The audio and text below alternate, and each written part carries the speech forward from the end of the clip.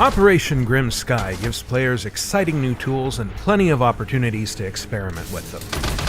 Whether it's figuring out how to put the first shield defender in play, tactically assessing an entirely reworked map, or even scorching a masterpiece into a wall, the developers crafted the new operators and map with your creativity in mind.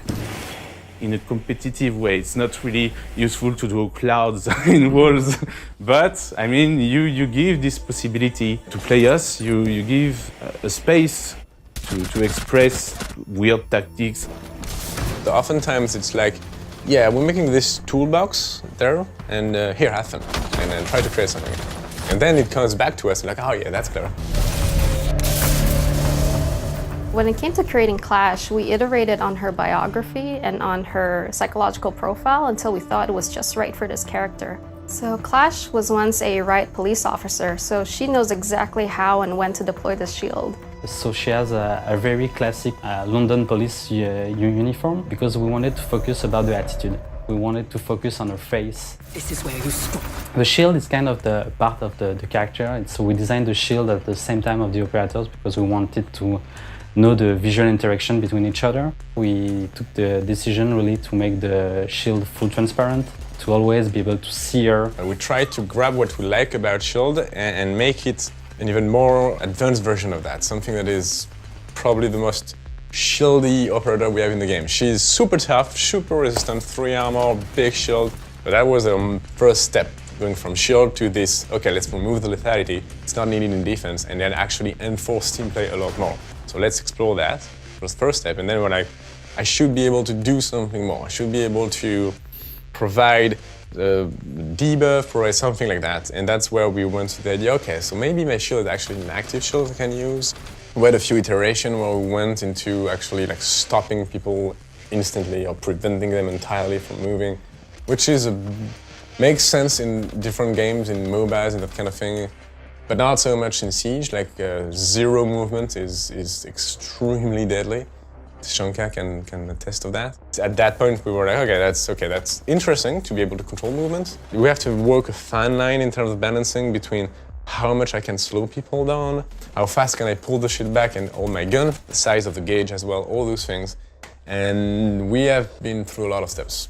There was 2 main inspirations for this shield. It's something that exists that is a taser shield. It's much smaller, but it exists in the reality, and the riot shield. So we mix these 2 shields to make a totally new one, and we have kept the branding from the London police. So while creating Clash, we knew that she would be from Britain.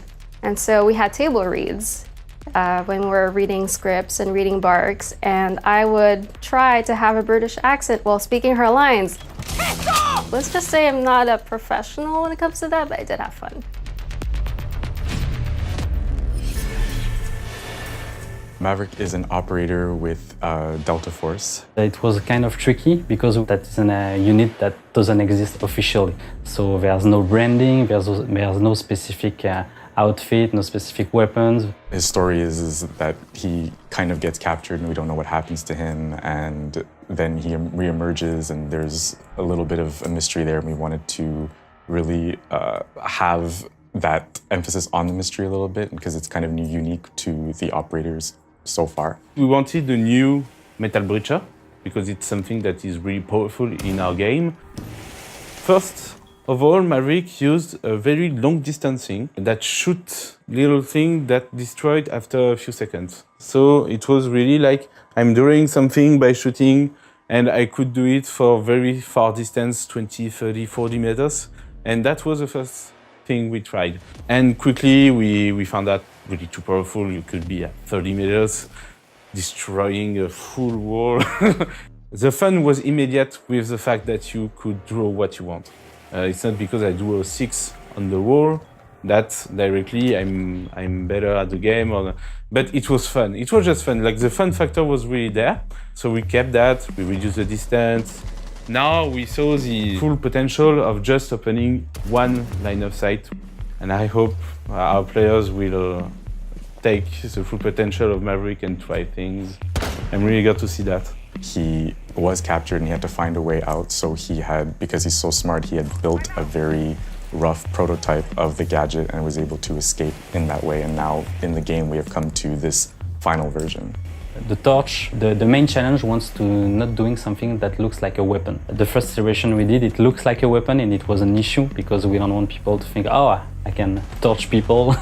We didn't want to do like a flamethrower or something like that. There's the functionality part, and then there's like the narrative part. Okay, so the torch has acetylene and oxygen in it. Okay, but what is scientifically correct? What is this? And then the narrative part is, okay, what would it look like, and how would he have made it? What would the early version have looked like? And so there's two different things you have to balance and make sure that everything is accurate. We padded it with metal so people don't think they can shoot into the canister and make the character explode.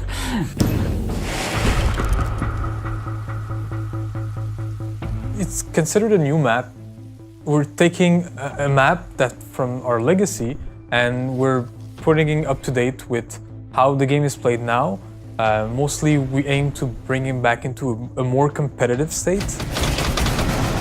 To be able to go back and work on stuff that you did 2 years ago and just improve it is something quite unique, and it's really fun to do that again. This is the Hereford base, but we changed the concept of all the art, and the level design is completely revisited. What was Hereford at the beginning? And basically it was farms. So we keep the original walls of the farm, the roof, the farm itself stay there, and we build the training area with the stuff that could be in a farm. And one funny thing also about Hereford is it was our prototype for Siege back in the days. It's kind of symbolic that it's the first one we take for a rework. It's almost like it's our stepping stone map to go to the next level, you know? We didn't choose it because of that, but it's to think about it, and it's kind of a symbolic way. But generally speaking, we tend to aim for something balanced, but also aim for creativity. Being able to give the player many ways to play the objective, many ways to defend or many ways to attack. And that's what we're trying to do in Hereford as well.